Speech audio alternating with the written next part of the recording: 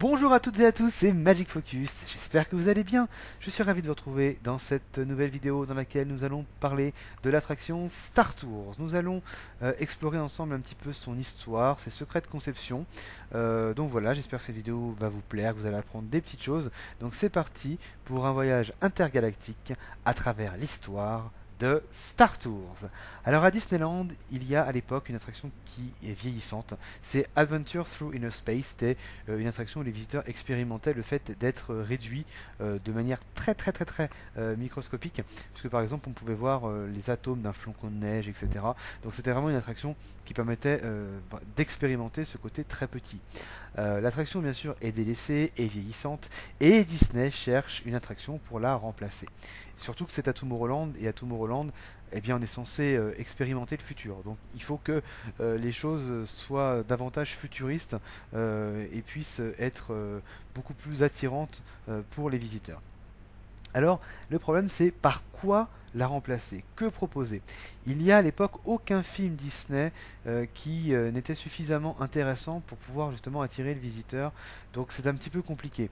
Tout Tomorrowland doit absolument être modernisé et ne pas être trop dépassé. Disney va alors faire appel à George Lucas, puisqu'ils ont déjà collaboré pour la création de Captain EO, et les Imagineers vont voir s'il y a une possibilité de créer une attraction Star Wars. Alors, cette idée, elle va d'abord diviser les Imagineers. Certains craignent qu'une attraction, une attraction Star Wars, en l'occurrence sur une licence cinématographique non Disney, ne corresponde pas aux attentes des visiteurs, là où d'autres pensent que justement c'est le moment d'expérimenter ça et qu'avec Star Wars il n'y a pas grand chose à craindre. Alors, une fois les décisions prises, Disney se lance donc dans une course aux idées. Euh, il veut absolument que le visiteur fasse partie d'une aventure inédite, d'une expérience complètement inédite. Alors l'idée d'origine, c'était de faire un roller coaster sur Star Wars, où on aurait eu l'impression d'être dans un véhicule lévité par Yoda, avec de gros effets spéciaux au service de l'histoire. Mais parce que certaines choses ne pouvaient pas rendre l'aventure possible, en tout cas comme l'imaginaient les équipes à l'époque, mais aussi par rapport au coaster déjà existant qui était Space Mountain, Disney doit se tourner sur autre chose. Et c'est un certain Randy Bright, qui est un Imagineers, qui s'est rendu à Londres un jour et qui a repéré des simulateurs pour pilotes qui pourraient faire l'affaire pour une éventuelle aventure. Les équipes vont donc à Londres, les testent, ces simulateurs, et ont été bien sûr absolument convaincus par l'idée. Les simulateurs sont alors développés en collaboration avec l'armée de l'air, donc c'est pas rien.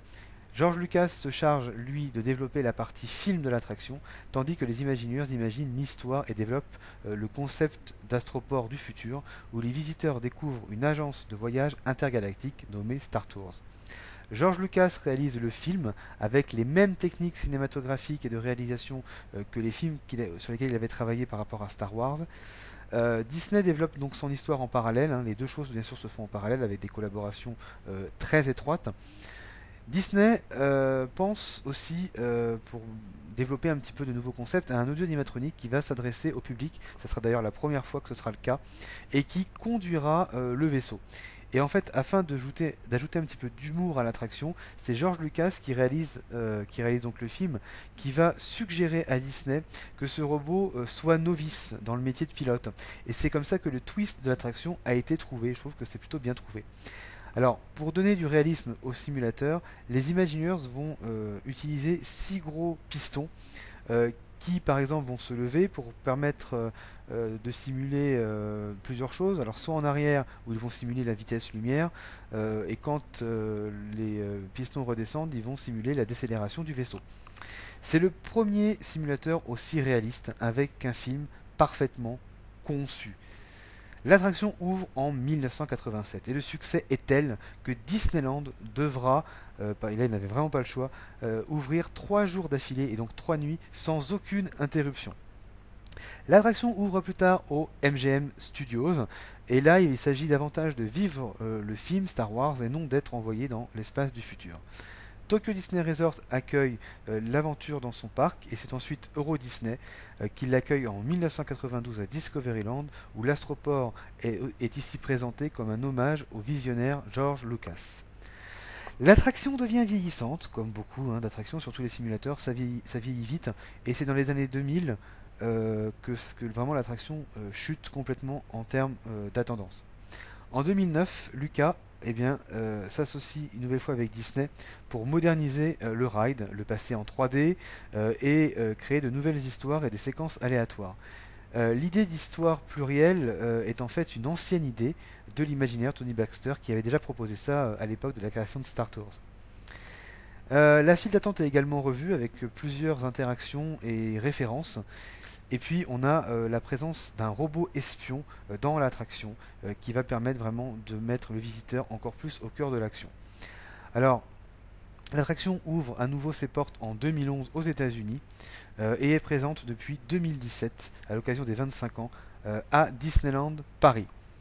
L'attraction ne sera finalement pas clonée à Hong Kong Disneyland puisque l'attraction ici sera sur Iron Man, c'est le même simulateur finalement mais sur Iron Man, qui sera d'ailleurs en passant la première attraction Marvel. Et puis Star Tours donnera naissance à une réflexion de land Star Wars, le land Galaxy's Edge, qui est l'une d'ailleurs des planètes que propose aujourd'hui Star Tours dans ses destinations. Voilà, alors mille excuses, je ferai mieux la prochaine fois. Galaxy's Edge sera développé, promis, dans une autre vidéo. J'espère que celle-ci vous a plu, que vous avez appris des petites choses sur l'incroyable simulateur Star Tours.